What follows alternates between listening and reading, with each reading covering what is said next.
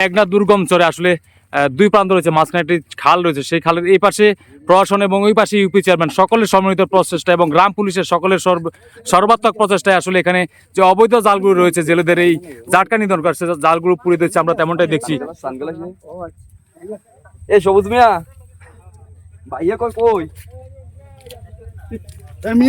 আমরা দেখছি আসলে ওই প্রান্তে আসলে যে গাজীপুর ইউনিয়নের যে চেয়ারম্যান রয়েছেন সবুজ পেয়াদা, তিনি আসলে তার যে গ্রাম পুলিশ সেই সদস্যদের নিয়ে আসলে জালগুলো তারা নিধন করছেন, পুড়িয়ে দিচ্ছেন, আমরা তেমনটাই দেখছি। এবং এই নদীর এই পাশে রয়েছেন আসলে উপজেলা প্রশাসনের মৎস্য কর্মকর্তা রয়েছেন কোস্টগার্ড রয়েছেন, হামজুর উপজেলা বিএনপির যুগ্ম সাধারণ সম্পাদক সহ অঙ্গ সংগঠনের নেতৃবৃন্দ সকলে আসলে সম্মিলিত প্রচেষ্টায় জাটকা সংরক্ষণ অভিযান তারা সফল করতে মাঠে নেমেছেন।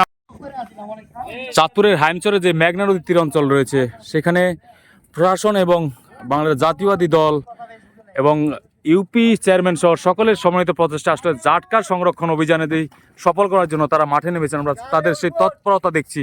এখানে আসলে আমরা এই খালের দুপাশে দুটি চর রয়েছে, যেটি গাজীপুর ইউনিয়নের চর। আমরা এই খালের ওই পাশে দেখছি যে গাজীপুর ইউপি যে চেয়ারম্যান রয়েছেন সবুজ পদা এবং এই পাশে মৎস্য কর্মকর্তা রয়েছেন, তারা আসলে সকলেই সম্মিলিত প্রচেষ্টা এখানে যেই জাটকা সংরক্ষণ অভিযান সফল করছেন। আমরা দেখছি তারা এখানে বিভিন্ন ধরনের যে জালগুলো রয়েছে অবৈধ এই ঝাটকা ধরা সে জালগুলো তারা পুড়িয়ে দিয়েছেন।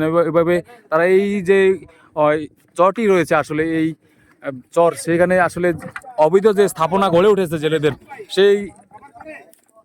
সেই জেলেদের আসলে এই আস্তানা তারা গুড়িয়ে দিচ্ছেন। আমরা তেমনটাই দেখাচ্ছিলাম চাঁদপুরের মেঘনা নদীর তীর অঞ্চল হাইমচর উপজেলার একেবারেই নদী ঘেঁষা যে অঞ্চলটি রয়েছে, একেবারেই মেঘনার যে দুর্গম চর অঞ্চল থেকে দেখাচ্ছি, চাঁদপুরের হাইমচর থেকে।